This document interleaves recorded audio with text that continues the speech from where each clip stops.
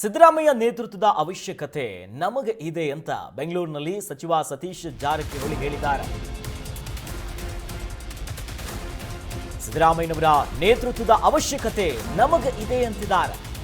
ಬೆಂಗಳೂರಿನಲ್ಲಿ ಸಚಿವ ಸತೀಶ್ ಜಾರಕಿಹೊಳಿ ಈ ಹೇಳಿಕೆಯನ್ನ ಕೊಟ್ಟಿರೋದು. ಇಂದು ಹಾಗೆ ಮುಂದೆ ಅವರ ಆಶೀರ್ವಾದಗಳು ನಮಗೆ ಬೇಕು ಅಂತ ಹೇಳ್ತಿದ್ದಾರೆ.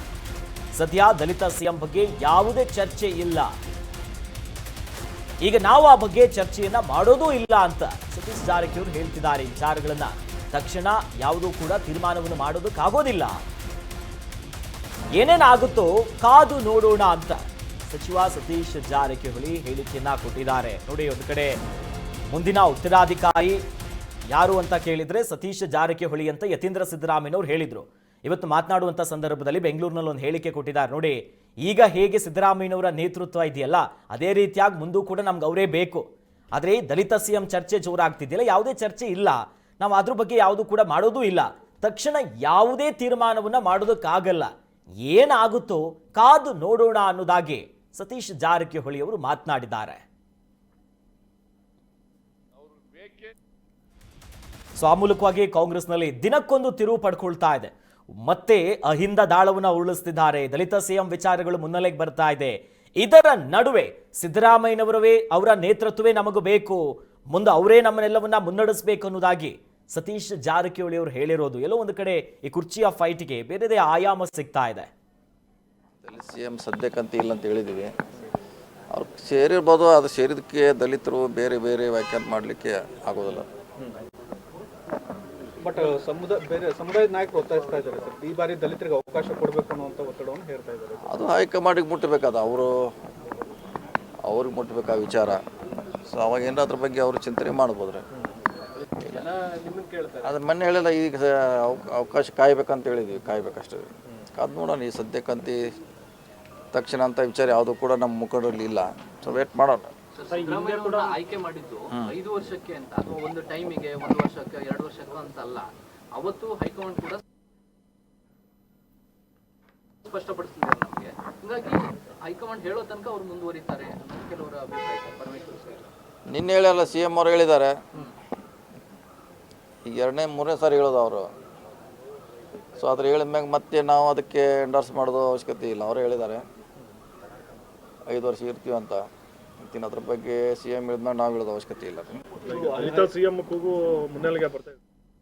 2028ರ ಚುನಾವಣೆಗೆ ಸಿದ್ದರಾಮಯ್ಯ ಸ್ಪರ್ಧೆ ಮಾಡುವಂತ ವಿಚಾರಕ್ಕೆ ಸಂಬಂಧಪಟ್ಟಂತೆ ದಾವಣಗೆರೆಯಲ್ಲಿ ಶಾಸಕ KS ಬಸವಂತಪ್ಪ ಪ್ರತಿಕ್ರಿಯೆ ಕೊಟ್ಟಿದ್ದಾರೆ.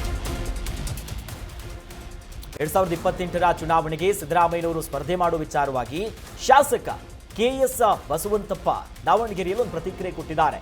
ಹಿಂದೆ ರಾಜಕೀಯ ನಿವೃತ್ತಿ ಬಗ್ಗೆ ನಿರ್ಣಯವನ್ನ ತೆಗೆದುಕೊಂಡಿದ್ರು, ಆದ್ರೆ ಈಗ 2028ರ ಚುನಾವಣೆಗೆ ಸಿದ್ದರಾಮಯ್ಯ ನಿಂತರೆ ಒಳ್ಳೆಯದು.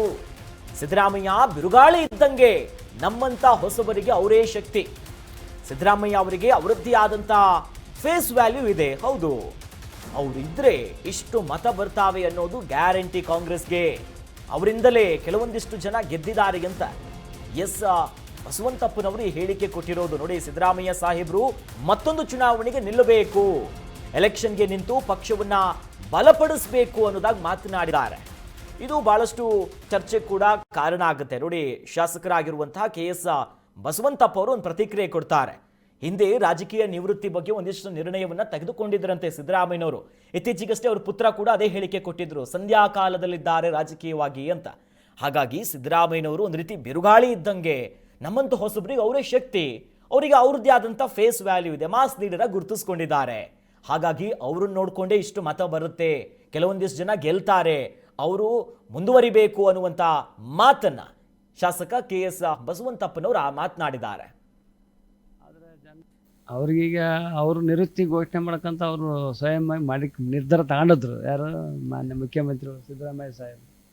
ಆದರೆ ಜನರ ಒಂದು ಅಭಿಪ್ರಾಯ, ಮುಖಂಡರು ಮತ್ತು ಹಿತೈಷಿಗಳು, ಅಭಿಮಾನಿಗಳು ಒತ್ತಡದ ಮೇರೆಗೆ ನಾನು 2028ಕ್ಕೆ ಇನ್ನೂ ಯೋಚನೆ ಮಾಡ್ತಾನೆ, ಎಲ್ಲರೂ ಒತ್ತಡ ಆಗ್ತಾ ಇದ್ದಾರೆ ಅಂತಕ್ಕಂಥ ಒಂದು ಭಾವನೆಯನ್ನು ವ್ಯಕ್ತಪಡಿಸಿದ್ದಾರೆ.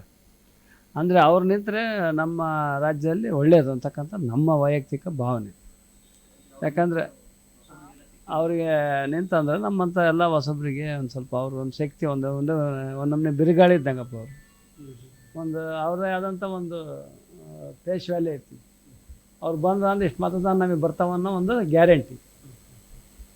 ಮುಂದಿನ ಚುನಾವಣೆಗೆ ಅವರೇ ಈಗ ಇಲ್ಲಿ ಎಲ್ಲ ಕೆಲವೊಂದು ಗೆದ್ದವು ಅಂದ್ರೆ ಸಿದ್ದರಾಮಯ್ಯ ಸಾಹೇಬ್ರಿಂದ ಗೆದ್ದವು. ಈ ವಿಚಾರಕ್ಕೆ ಸಂಬಂಧಪಟ್ಟಂತೆ ಮತ್ತೊಂದು ಅಪ್ಡೇಟ್ ಕೂಡ ಲಭ್ಯವಾಗ್ತಿದೆ, ಗಮನಿಸ್ತಾ ಹೋಗೋಣ. ಸಂಪುಟ ಪುನರ್ರಚನೆ ಹಾಗೂ ಸಿಎಂ ಬದಲಾವಣೆಯ ವಿಚಾರ, ಕ್ರಾಂತಿ ಶಾಂತಿ ಅನ್ನೋದು ಹೈಕಮಾಂಡ್ಗೆ ಬಿಟ್ಟಿದ್ದು. ದಾವಣಗೆರೆಯಲ್ಲಿ ಶಾಸಕ KS ಬಸವಂತಪ್ಪ ಈ ಹೇಳಿಕೆಯನ್ನ ಕೊಟ್ಟಿದ್ದಾರೆ. ನೋಡಿ, ದಲಿತ ಸಿಎಂ ಆಗಬೇಕನ್ನೋದು ಹಿಂದಿನಿಂದಲೂ ಇದೆ.